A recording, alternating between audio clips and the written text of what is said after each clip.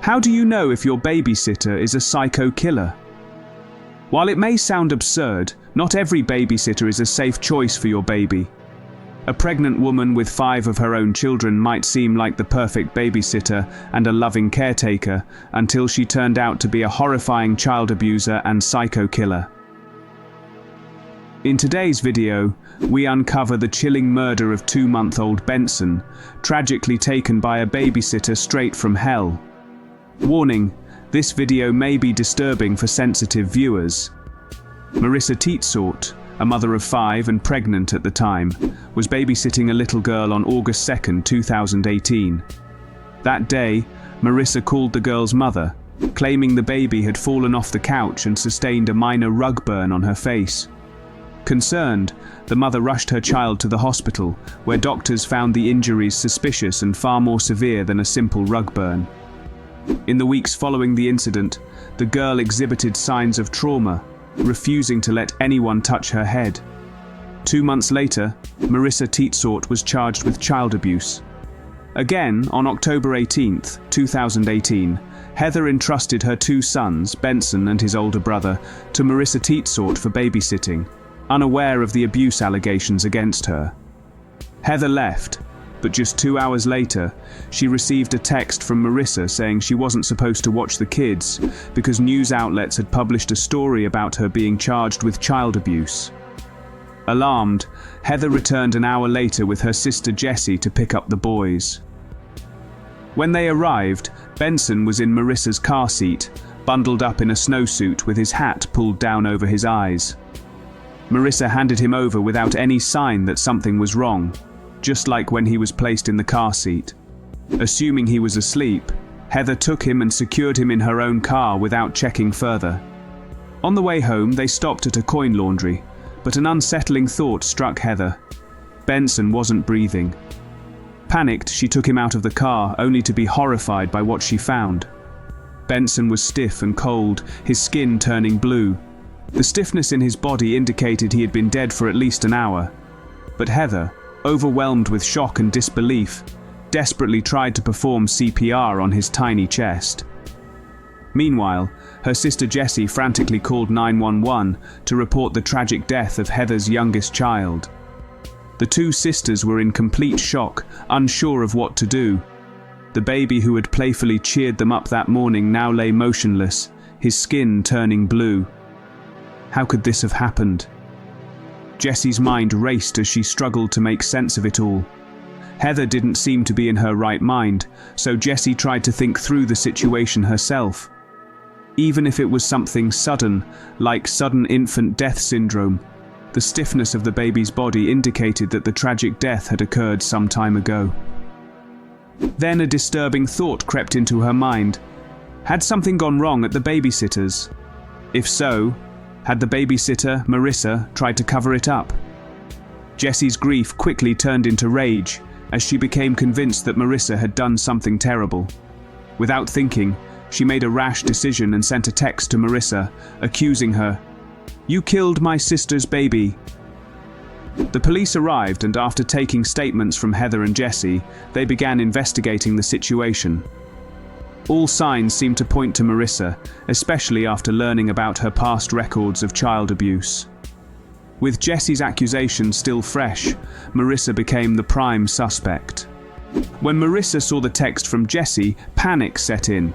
Without hesitation, she left for a hotel with her boyfriend, trying to hide from the unfolding situation. By the time the police arrived at her home, Marissa was nowhere to be found. Instead, they tracked her down to a hotel room where she was staying with her boyfriend, Adam. When officers informed her about Benson's death, her reaction was chilling. There was no emotion on her face. They were certain she already knew, thanks to Jessie's message. During the questioning, Marissa's behavior became even more bizarre. She acted erratically, laughing at times as if she were losing touch with reality. At one point, she put on an unconvincing display of fake crying, then calmly insisted she didn't kill the baby, despite the overwhelming evidence against her. Despite repeatedly denying that she killed Benson, Marissa revealed a disturbing story. She claimed she found the baby unresponsive after coming from the kitchen, showing how she had discovered him lying face down.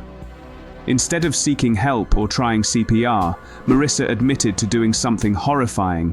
She dressed the lifeless baby and took him to McDonald's with her boyfriend. Now, the police were left with a pressing question. Did Adam, her boyfriend, know the baby wasn't alive? He had been the one handling the baby, placing him in and out of the car during their trip to McDonald's. When police questioned Adam, his story was drastically different. He claimed he had put a live, whining baby in the car. Clearly, one of them was lying. But who? Marissa Teetsort was arrested that day, but the nightmare didn't end there. As the autopsy later revealed, little Benson had suffered multiple injuries. His head showed signs of blunt force trauma, and his tailbone was broken and displaced. The extent of the harm done to the boy was unimaginable. This wasn't an accident. The child had been murdered. Or had he fallen? Either way, Marissa refused to admit what really happened, or what she had done to him. At that moment, Marissa knew there was no escape. During the investigation, officers coaxed her into a confession, suggesting that if she told the truth, her sentence might be reduced. Slowly, the manipulative babysitter began to reveal fragments of the story. While she didn't immediately admit to killing Benson, she repeatedly insisted she had been terrified. Marissa confessed that 4 of her children had already been taken by Child Protective Services, and she feared losing the 2 who still remained with her. With another baby on the way, her mental state was unraveling, and she tried to blame her mental instability for what had happened. In a chilling confession, she finally admitted the horrific truth. She had thrown Benson into the pack-and-play, and his head may have hit the corners, causing severe injuries that led to his death. However, her story still had glaring gaps. The baby had more injuries than Marissa explained, raising further questions about the extent of her violence. It was now undeniable Marissa Teetsort had murdered little Benson. Throughout the investigations, Marissa's behavior was chilling. She feigned care for the children, claiming to love them, but her laughter at inappropriate moments made her come across as an evil psycho killer. Her manipulative demeanor while admitting to her crime was undeniable. It raised questions about whether she had coerced her boyfriend, Adam, into lying about Benson's death, even though he may have known the baby was dead when he carried him to McDonald's. Regardless of what transpired, it was clear that Marissa felt no guilt. She was simply terrified for her own future. Ultimately, she was charged with 2 serious allegations. First, the abuse of the little girl, and second, the murder of Benson. She faced a charge of first-degree murder. Babysitting is a responsible role that requires attentive care, even for a short period. The attention and care given to a baby cannot be overlooked. Therefore, when entrusting a child to someone's care, it is essential to ensure that the baby is in safe hands. May the little soul of Benson rest in peace. Are the punishments for murder sufficient under the law? This topic is open for discussion, and we'd love to hear your thoughts in the comments. Don't forget to like, share, and subscribe to our channel to stay updated. Thank you for watching.